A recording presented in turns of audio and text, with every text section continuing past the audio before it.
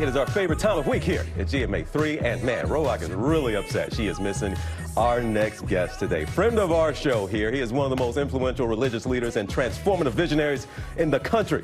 Made you sound good, didn't I there, Pastor Bernard?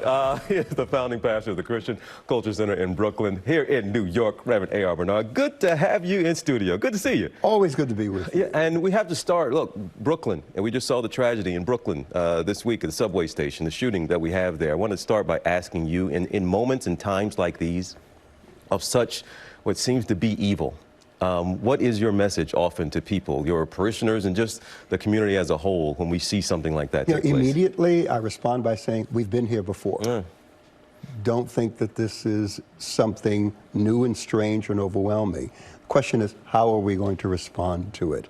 And we should with composure, understanding that we navigate both good and evil in this world, the coexistence of the two right now.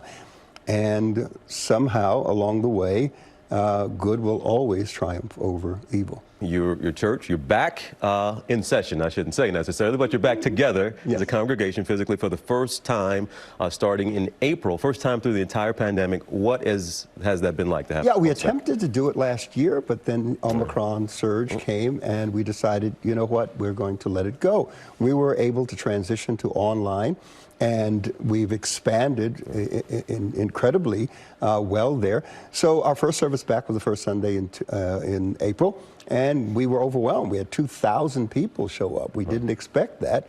And so for this Sunday, for Easter, we have to add 2 services. So we're having 8 and 10. We're expecting maybe about 5,000 to 6,000 people. I want to ask you as well, look, you've been here with us numerous times over the years, and through your own COVID battles, and through your own tragedy in your own family, and you've had another one here, I think it was the end of last year with your son, but just how you're doing and how, look, you support so many people through their own personal battles, but how are you doing? I'm good. You know, it's a strange thing when you spend decades comforting others when they lose a loved one, and then it turns around and you're the one who's lost a loved one. My wife and I lost our third-born son in October, the very day after we celebrated our 49th anniversary, and the week after we welcomed our 25th grandchild in the world. So life and death is happening, you know, simultaneously. And when these events take place, it changes the meaning of holidays. And in this case, holy days. Every Easter, my family gathers together for dinner. There's going to be an empty chair, another empty chair, because we lost a son, you know, 6 years ago.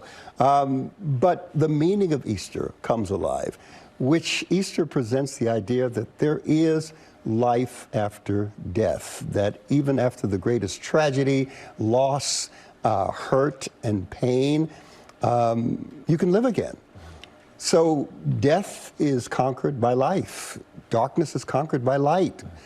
Evil is conquered by good. And that's the message of Easter. So we are, as a family, anchored in our faith tradition, and our faith tradition promises us hope and life, new beginnings. Hey, Bernard. I just love this, man. Folks, that is your message going into the weekend. It is so good always to have you here in the studio with us. Well, hey there, GMA fans. Robin Roberts here. Thanks for checking out our YouTube channel. Lots of great stuff here. So go on, click the subscribe button right over here to get more of awesome videos and content from GMA every day, anytime. We thank you for watching, and we'll see you in the morning on GMA.